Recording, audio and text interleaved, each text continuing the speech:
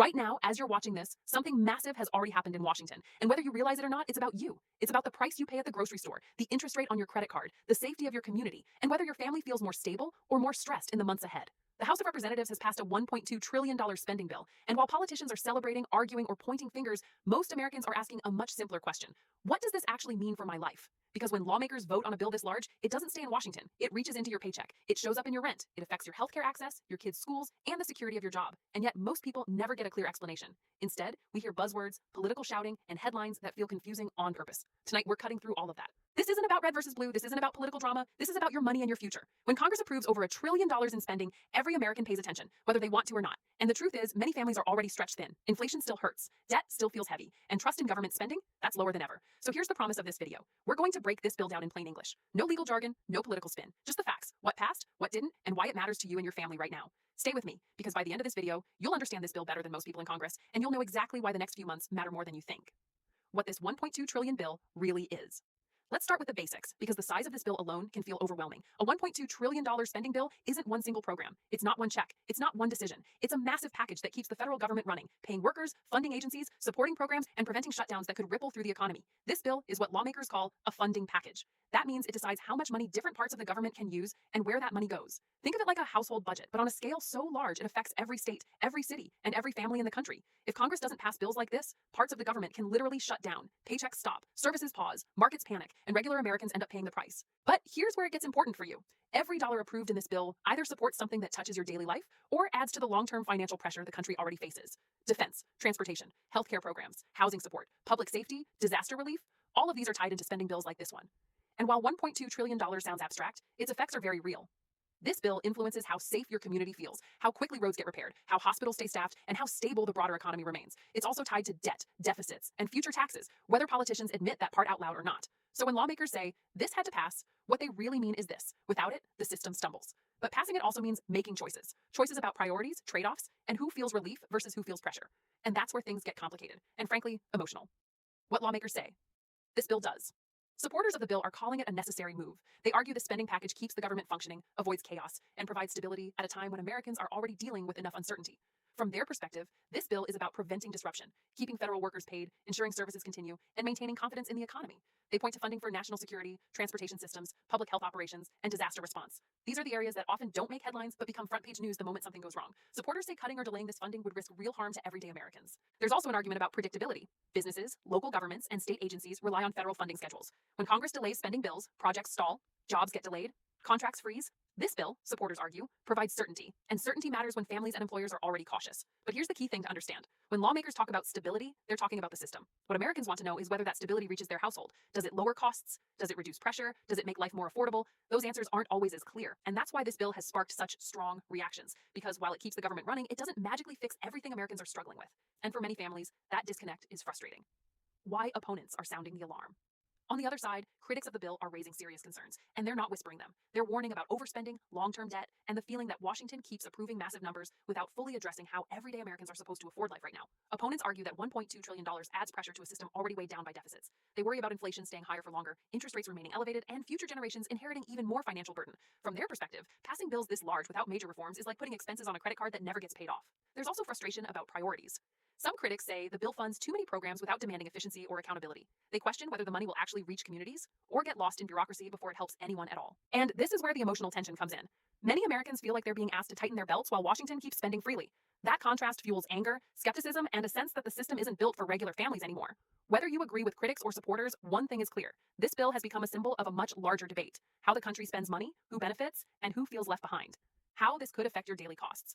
Now let's bring this home, because this is where it gets personal. While this bill doesn't directly change your grocery bill overnight, it plays a role in the larger economic picture that shapes what you pay every day. Government spending affects inflation. Inflation affects prices. Prices affect your wallet. When large sums move through the economy, they influence borrowing costs, interest rates, and how much pressure remains on households already stretched thin. This bill also impacts funding for infrastructure, housing programs, and public services. That can mean repairs get done or delayed. It can mean rent assistance remains available or gets tighter. These aren't abstract concepts. They shape whether families feel relief or stress. And then there's confidence. Markets react to government decisions. When lawmakers show they can avoid shutdowns, that stability can prevent sudden economic shocks. But stability alone doesn't equal affordability. And that's the gap many Americans feel every day. What this means for jobs and paychecks. One of the biggest questions Americans ask is simple. Will this help or hurt my job?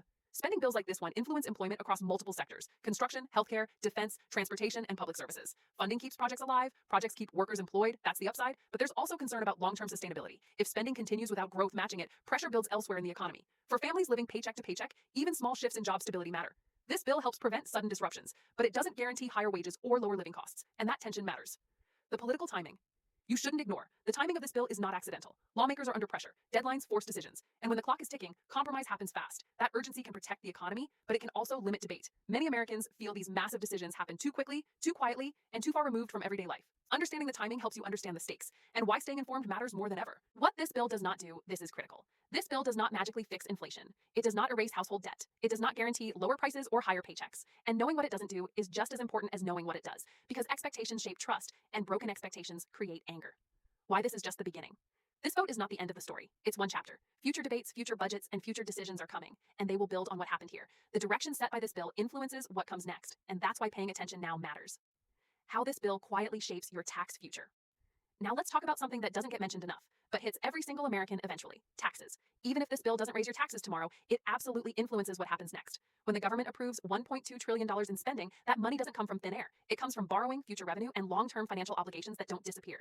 For families watching every dollar, this matters deeply. Because when deficits grow, lawmakers eventually face a choice: cut spending, raise revenue, or do some combination of both. And history shows us something important. Those decisions often land on everyday Americans first.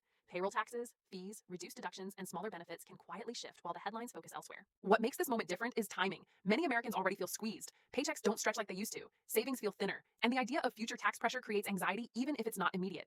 This bill adds another layer to that concern. Supporters argue that smart spending today can prevent bigger problems later. Critics argue it delays the inevitable. And you, the viewer, are left in the middle, trying to plan your life while the numbers keep climbing. This is why understanding bills like this matters, because taxes don't change overnight. They creep, they evolve. And when they do, families who saw it coming are better prepared than those who didn't. Why Americans feel disconnected from these decisions. Here's something many people feel but don't always say out loud. Decisions like this don't feel personal, but the consequences are. A $1.2 trillion vote happens in rooms most Americans will never enter, using language most people never hear, on timelines most families don't control. And that disconnect creates frustration.